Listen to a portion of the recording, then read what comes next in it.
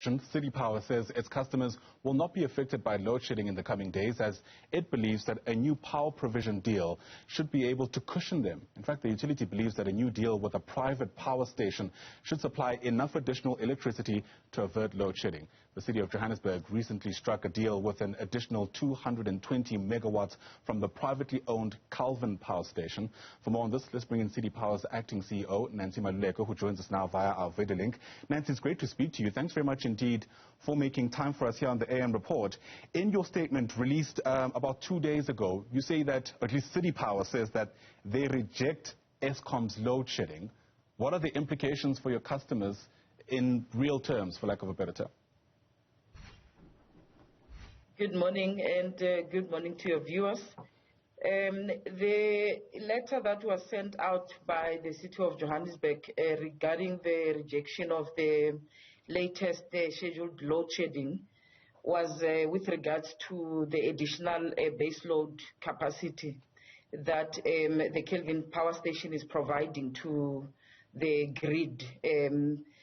But so far we've had engagements between City Power and Eskom with a technical discussion that then came to a conclusion that we need to consider first the national grid's requirements rather than just the requirements of the residents of Johannesburg, because the system from a national perspective at Eskom is under severe strain, and therefore Eskom calls from a national perspective for the support even from City of Johannesburg that the 180 megawatts which was signed with Kelvin is also part of the contribution to the base load for us to save the national grid.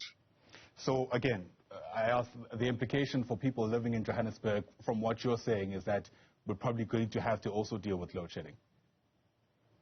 Yes, so the implications means from a local perspective at the City of Johannesburg, the residents will still be subjected to the currently scheduled load shedding, which has been announced to be up to Tuesday, which is tomorrow. But from a national perspective, we are reducing the severity of the shortage because it would be more severe if we didn't have that contribution of the Kelvin power station.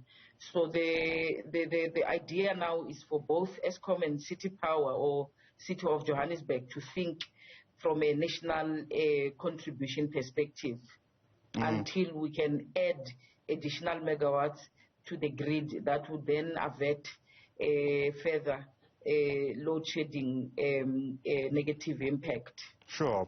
I mean, and again, just to get clarity on this, you're saying it's 180 megawatts that you were able to procure from Kelvin Power Station and not the 220 that I think is contained in the City of Johannesburg statement. Okay, so the 180 megawatts is an average.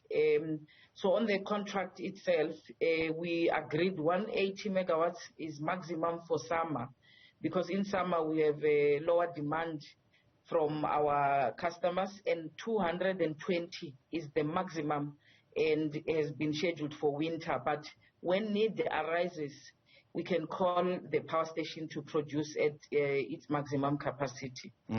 Help us understand how far this 180 megawatts can actually go in the context where Eskom did not come forward to ask you to essentially help the country out. Would this be enough to keep the whole of Joburg from load shedding, or just parts of the city?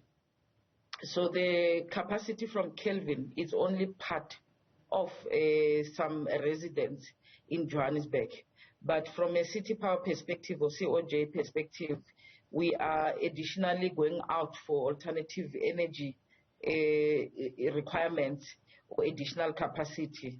And for that is a journey that we are embarking on to ensure that in future, should there be load shedding requirements, we could have adequate capacity to then eventually fully avert the impact of load shedding on the residents of Johannesburg and ultimately the residents of the country. Yeah.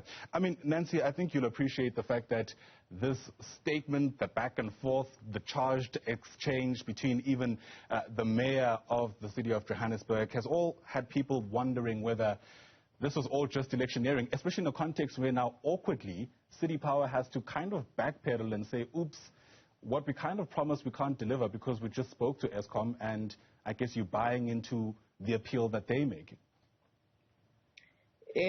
So I wouldn't say that because indeed the 180 megawatts or 220 does make an impact, and the timing, it just happens to align with the election period, but that the plans have been undergoing for the past 2 years, and we eventually reached a conclusion which coincided with the election period. The energy mix as well has also been in the pipeline for many years, and it then happens to be, concluded or reached its maturity at the same time where the elections are happening. And actually what we are saying is not that we cannot assist the residents of Johannesburg, but what we are saying is that both entities, Eskom and City Power, need to be responsible from a national perspective because we are both power utilities owned by the state. So instead of prioritizing just the residents of Johannesburg, there is a bigger call which is national, where we are saying as power utilities, how can we then minimize the impact of load shedding, which maybe if we didn't have Kelvin or any other additional capacity, the severity would be even further than what it is currently, because currently they are only at load shedding stage 1 and 2.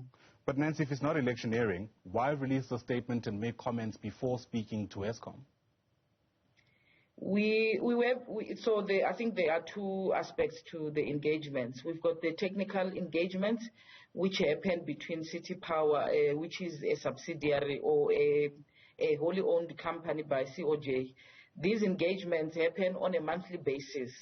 And then from a city perspective, which is COJ, from a shareholder, there are also engagements that are happening at the local government and provincial and national government perspective. And then when you eventually look at all the facts, you need to go back to the drawing board, and hence you allow the executives to then make decisions that would then be beneficial for the country and are also based on technical facts. The engagements are still going on between Eskom and City Power. Even today, this afternoon, we are still going to have a meeting to say how do we then cater for the residents of Johannesburg on the 180 megawatts. But currently there's an emergency which requires us to think differently. All right. Nancy Maluleke is the acting CEO of City Power. Once again, thanks very much indeed for speaking to us. So in case you missed the take home there, despite what City Power initially said, even residents in the city of Johannesburg will be affected by load shedding, and the thinking here is that the extra capacity from the Kelvin power station will now be used to assist the entire country and not necessarily just for those who are living in the city of Johannesburg. If you ask me, the statements that were released appear to be putting the cart before the horse. Awkwardly, now City Power and the city of Johannesburg have to backpedal. It's a story we'll keep watching for you as it continues to develop.